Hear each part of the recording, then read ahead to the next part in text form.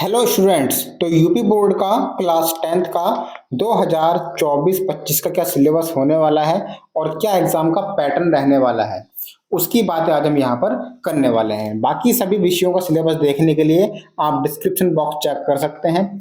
वहाँ पर हमने प्लेलिस्ट बना दी है, सभी विषयों का सिलेबस वहाँ पर डाल दिया है। तो सबसे पहले एग्जाम पैटर्न देखते हैं, उसके बाद हम बात करें कौन कौन से चैप्टर आपको यहाँ पर पढ़ने हैं। तो क्लास 10th यूपी बोर्ड 2024-25 में आपके जो नया पैटर्न है, देखो जो सिलेबस आपका पिछले साल था 2023-24 में, वही सिलेबस आपका 2024-25 में है। ज्यादा कुछ चेंजेस नहीं हुआ है। तो सबसे पहले आपका पूर्णांक जो है वो 20 नंबर का है, आपका 70 नंबर का पेपर होता है और 30 नंबर का आपका इंटरनल असेसमेंट होता है। 70 नंबर आपके बोर्ड एग्जाम का होता है और 30 नंबर आपके स्कूल के हाथ में होते हैं। कैसे आप प्रोजेक्ट वगैरह बनाते हैं और कैसे आप अपने टेस्ट वगैरह देते हैं, उसके आधार पर आपको 30 नंबर दिए जाते हैं और 70 अंक का आपका पेपर होता है। इसी 70 अंक में आपके जो 20 नंबर है वो आपके बहुविकल्पीय प्रश्न होते हैं और 50 नंबर आपके वर्णात्मक प्रश्न होते हैं। सबसे पहले है 20 नंबर की बात हो रही है। जो 20 नंबर आपके बहुविकल्पी होंगे, ये बहुविकल्पी कहाँ से आएंगे? सबसे पहला आपका हिंदी पद्य का विकास का संक्षिप्त परिचय, ये आपके 5 नंबर की आएंगी। इसमें आपके 5 बहुविकल्पी होंगे इसी टॉपिक से।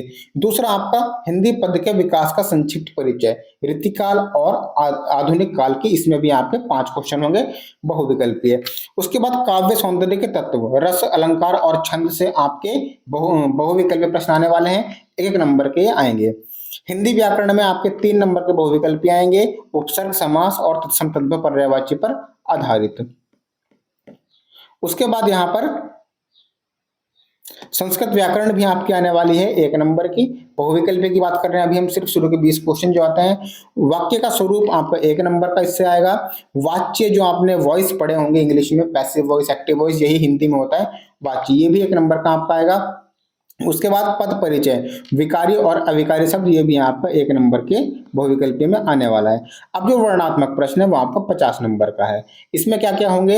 इसमें पहले गद्य हेतु निर्धारित पाठ्य वस्तु से गद्यांश पर आधारित प्रश्न होंगे, यानी कि एक गद्यांश दिया होगा आपकी ही किताब का, जो आपके 6 नंबर के होने वाले हैं। यही सेम काम पद के लिए भी है, ये भी आपका 6 नंबर का है। तीसरा क्वेश्चन संस्कृत गद्यांश का संदर्भ सहित हिंदी अनुवाद करना है, अब वो आपका 5 अंक का है। यही काम संस्कृत पद्यांश के लिए है, ये भी 5 नंबर का है। उसके बाद निर्धारित खंड काव्य से कथानक, चरित्रण और उस पर आधारित प्रश्न, ये आपका खंड काव्य आपके जिलेवार होता है, जिले के अनुसार। बिजनौर जिले में तो ये तुमुल खंड है, बाकी आपके जिले में क्या है आप अपना देख लीजिएगा, आपके नीचे लिखा होता है पुस्तक के। उसके बाद छठा यहाँ पर है निर्धारित गद्य खंड के पाठ्य पुस्तक से संबंधित लेखकों का जीवन परिचय और उनकी रचनाएं, यही सेम काम पद्य के लिए, लेखक में और यहाँ पे कवियों में उनके जीवन परिचय 5-5 नंबर के आते हैं। उसके बाद संस्कृत खंड के पाठ्य वस्तु से कंठस्थ एक श्लोक जो प्रश्न पत्र में ना आया हो, एक श्लोक आपको याद करना होता है, ये 2 नंबर का आता है। पत्र लिखना आपका 4 नंबर का आता है। संस्कृत खंड के पाठ्य वस्तु पर आधारित प्रश्नों में से किन्हीं 2 का संस्कृत में उत्तर, ये आपके 2 नंबर आते हैं संस्कृत के प्रश्नोत्तर। उसके बाद निबंध रचना, ये इन्हीं टॉपिक पर आएगा, इनसे बाहर निबंध नहीं आता है, तो ये आपका 7 नंबर का है। इस तरह से आपका 50 नंबर का ये हुआ और 20 नंबर के बहुविकल्पी हुए। ये आपका इंटरनल असेसमेंट है। प्रथम आंतरिक मूल्यांकन 10 अंक का, 3 मूल्यांकन होंगे 10 अंक का। फिर दूसरा आपका होगा यहाँ पर दिसंबर में, और यहाँ पर देखो 4 आपकी मासिक परीक्षाएं होंगी, ठीक है, ये सब MCQ होगा और चारों मासिक परीक्षाओं के प्राप्तांकों के योग को 10 अंकों में परिवर्तित कर दिया जाएगा। अब आपका पाठ्यक्रम देखते क्या क्या आपको पढ़ना है। गद्य में आपको मित्रता, ममता, भारतीय संस्कृति, अजंता, क्या लिखूं, ईर्ष्या तू ना गई मेरे मन से, पानी में चंदा और चांद पर आदमी, 1 2 3 4 5 6 7 चैप्टर आपको पढ़ने हैं और ये इनके लेखकों के नाम है, किसने ये पाठ लिखा है।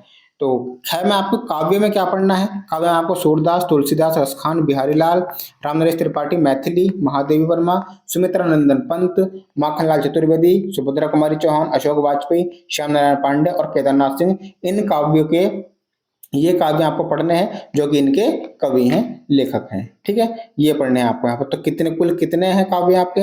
1 2 3 4 5 6 7 8 9 10 11 12 13 आपको काव्य में पढ़ने हैं पद्य खंड में। उसको संस्कृत की बात की जाए, संस्कृत में वाराणसी, देशभक्त चंद्रशेखर, भारतीय संस्कृति, वीर वीरेण पूज्यते, आरुणि श्वेत केतु संवाद, जीवन सूत्राणि, प्रबुद्ध ग्रामीण, कियन किंवदंते और अन्योक्ति विलास खंड काव्य जिलेवार के हिसाब से आपको पढ़ने होते हैं। तो 1 2 3 4 5 6 7 8 9 लगभग 9 पाठ आपको संस्कृत में पढ़ने हैं। उसके बाद ये आपका हो चुका है, ये आपका निर्धारित पाठ्य वस्तु है, आप कोई भी पुस्तक ले सकते हैं। ठीक है, यूपी बोर्ड के हिसाब से। तो ये आपका सिलेबस था।